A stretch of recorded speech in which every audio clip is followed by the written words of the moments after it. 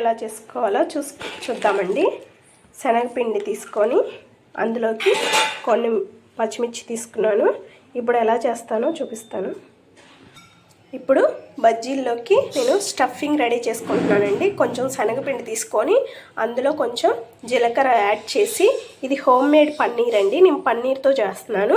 ఈ పన్నీర్ని ఇందులో వేసి స్టఫింగ్ లాగా మేము పచ్చిమిర్చిలో పెట్టి చేస్తాను. చూడండి, దీన్ని ఇలా తురుముకున్నానండి. పన్నీర్ని ఇప్పుడు ఈ స్టఫింగ్లో వేసి కలుపుతాను. కొంచెం సాల్ట్ కూడా యాడ్ చేయాలి. ఇందులో సరిపడినంత సాల్ట్ వేసి బాగా స్టఫింగ్కి అయ్యేలాగా ఇలా మొత్తం కలుపుకున్నాను.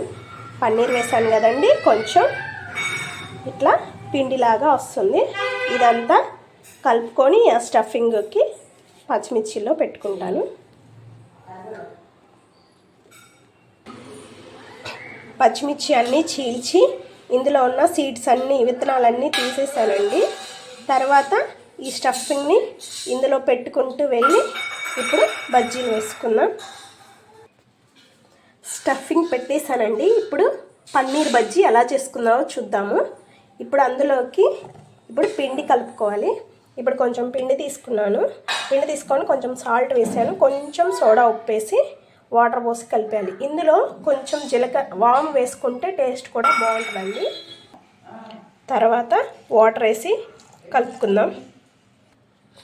కొంచెం జీలకర్ర వేసానండి, కొంచెం ఒక స్పూను బియ్యం పిండి కూడా వేసుకుంటే కొంచెం టేస్ట్ బాగుంటుంది. కొంచెం గట్టిగా క్రిస్పీగా కూడా వస్తాయి.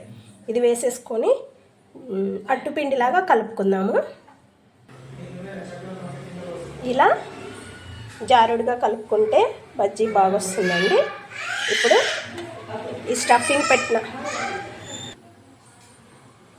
స్టఫింగ్ అంతా తీసుకొని ఇట్లా అనేసి ఇప్పుడు మనం ఆయిల్లో వేసుకుందామండి. ఇక్కడ ఆయిల్ పెట్టేసాను, ఆయిల్లో వేసుకుందాం. ఆయిల్ కాగిందండి. ఇప్పుడు ఒక్కొక్కటిగా పచ్చిమిర్చి తీసుకొని ఇలా అనుకుంటూ ఆయిల్లో డిప్ చేసుకోవాలండి. ఇప్పుడు నేను ఇవన్నీ బజ్జీలుగా వేస్తాను.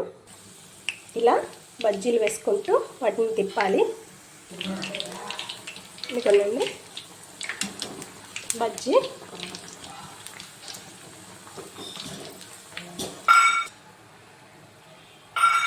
చూసారా, బజ్జీలు చక్కగా వచ్చాయి.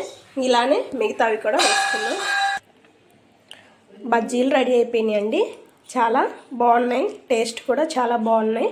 మీరు కూడా ఒకసారి చేసి నా రెసిపీ ఎలా ఉందో చెప్పండి. Thank you.